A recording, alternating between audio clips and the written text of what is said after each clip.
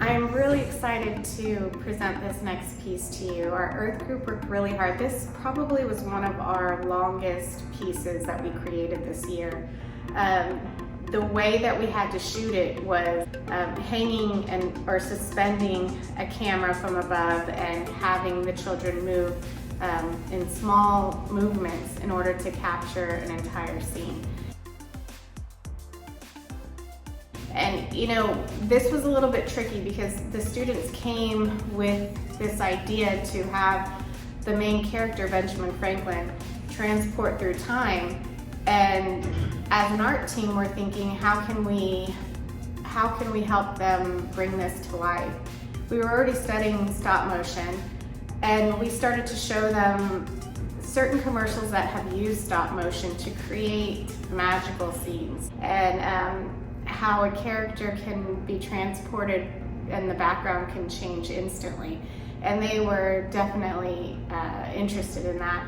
The kids were in charge of helping create the backdrops and the scenes, and we created this magical place where the main character can leave the era that he is in and he can move to different time periods and investigate what was happening and how we came to the holiday that we celebrate today. We started in social studies class talking about the early colonization of the United States of America and the original 13 colonies. The kids loved learning about the history and all of the different stories with the colonies along the east coast of now the United States. So we started talking about the lost colony of Roanoke, and we went to Jamestown, and the kids just loved learning about the history and the people that were living at that time. And then we started talking about the Plymouth colony and the story of Thanksgiving, and then how the founding fathers created the different documents that created our country. I think it was really interesting where the children took it, and we really had two different trains of thought. We had a group that wanted to discover more about the mystery and the unknowns of what happened to the lost colony of Roanoke and the story of the Pilgrims, and also the different native tribes that worked alongside with the colonists in the different areas. We talked about the different regions within the United States, and so as we learned about the different regions, we learned about the different peoples and tribes that lived there, and that was really interesting. So we had one group that wanted to learn about the mystery behind the colonists and what happened to those people, and then we had another side that wanted to learn more about the native tribes that lived in the United States at that time. So we kind of went into both directions to see what was the best story, because at the same time in ELA we were writing stories and we were talking about narratives.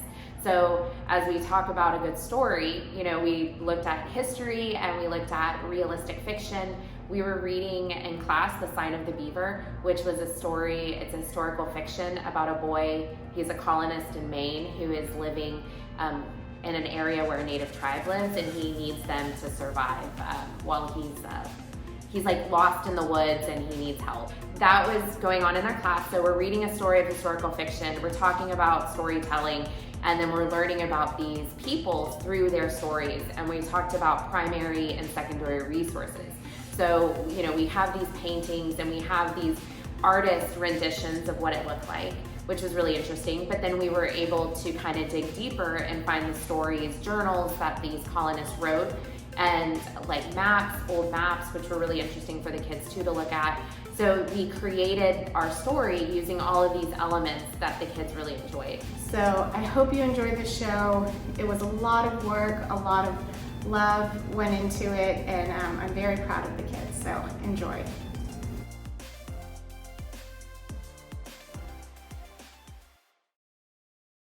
We all know the story of Thanksgiving, the one that involves the Native Americans and the Pilgrims eating turkey.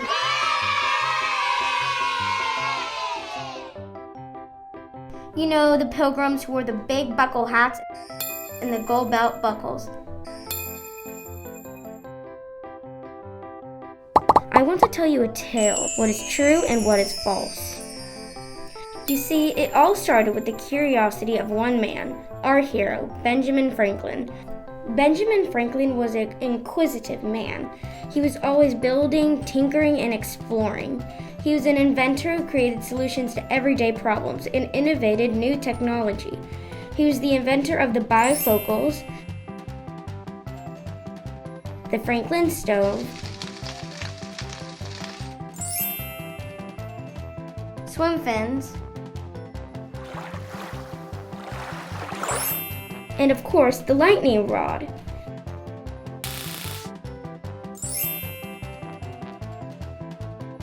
It is said that he was flying his kite with his son when he got struck by lightning to observe electricity. But that's not entirely true. What really happened that day is that Franklin built a simple kite and attached a wire to the top of it to act as a lightning rod. He attached a string to the bottom of the kite and eventually noticed the loose threads of the string standing up, just as if they had been suspended on a common conductor when electricity is present.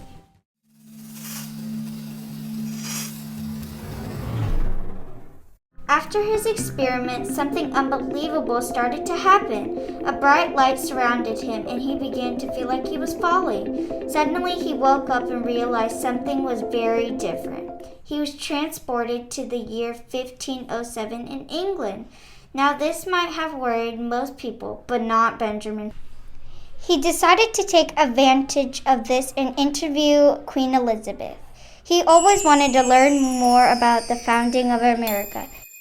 She is the reason America was colonized by the British. He had to meet her.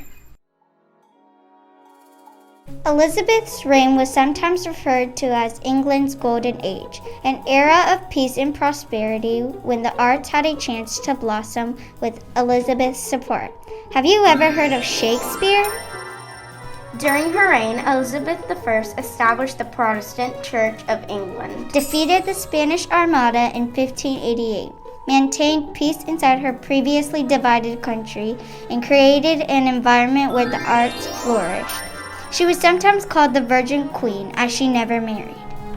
She granted royal permission to 2 Englishmen to colonize America across the rolling seas. She wanted the land, gold, and the resources for England. 1 year later, she sent Sir Walter Raleigh, who named Virginia after her, the Virgin Queen. Benjamin Franklin began to wonder what it was like to be in a colony during this time. He decided he needed to go and visit the early colonists in the New England colonies to find out more. He flew his kite high in the air and waited until the loose threads began to float in the air again. Here we go!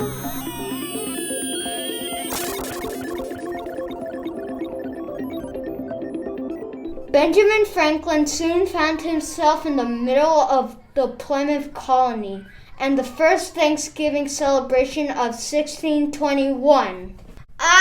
This is how I always pictured Thanksgiving to be. And wow, what a turkey. But you see, this is not entirely true. The Pilgrims are often depicted in only black and white clothing, with large golden buckles on their shoes and hats and long white collars. This is not historically accurate.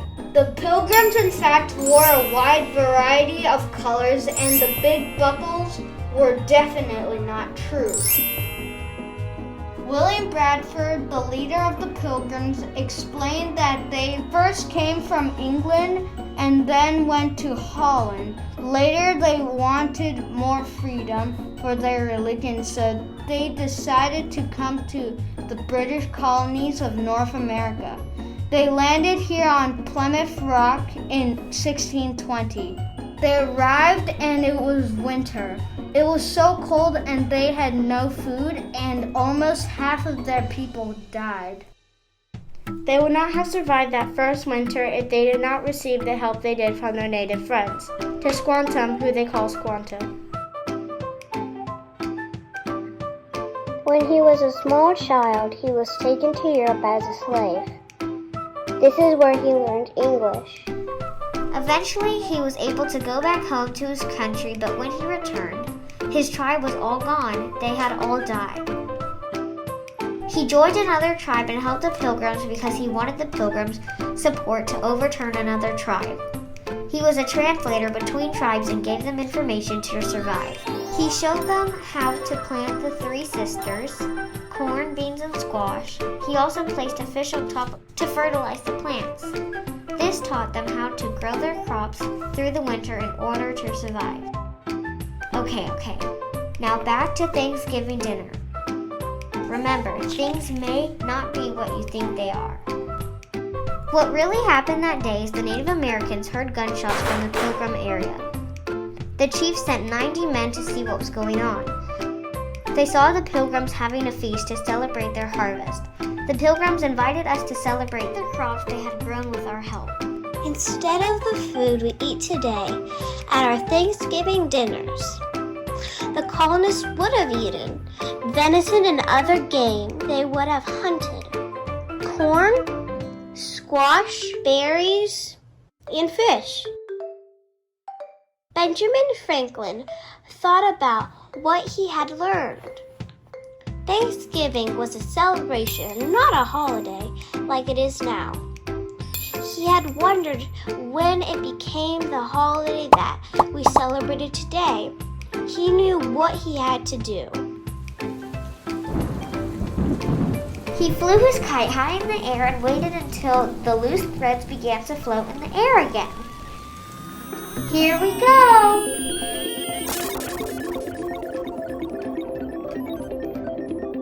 He landed in Washington, D.C. on October 3rd, 1863. America was in the middle of the Civil War, and our 16th president, Abraham Lincoln, was about to give a speech. This speech would be a proclamation to make Thanksgiving a national holiday. But how did it all happen? How did we get from the Pilgrims in 1621 to Abraham Lincoln and the Civil War in 1863? Our country was much smaller in 1863 than it is today. There was only 35 states, not the 50 we have now. We were also in the middle of the Civil War in order to end slavery. A civil war is a war that is happening inside of one country between its own people. The country was broken into 2 pieces. The North and the South. At the time, many people were fighting, dying, and the whole country was torn apart by violence and war. President Lincoln knew the country needed a reason to come together and remember those that lost their lives and livelihoods. He issued a Thanksgiving Day proclamation encouraging Americans in every part of the United States, and also those who were at sea, and those who were sojourning in foreign lands, to set apart and observe the last Thursday of November next as a day of Thanksgiving. In 1621, these early settlers searched for religious freedom. In 1863, during the Civil War, we fought to end slavery. And it was in 1941 when Franklin D. Roosevelt, our 32nd president, gave a speech about the 4 freedoms that he felt were universal rights for all Americans. The freedom of speech, the freedom of religion, freedom from want, and freedom from fear. This speech inspired artist Norman Rockwell to paint the now iconic painting Freedom of Want that is unofficially called the Thanksgiving painting. Benjamin Franklin thought about what he had learned. He concluded that what makes this holiday so special is that it is time for us to come together as Americans to celebrate all of the things in our life to be thankful for.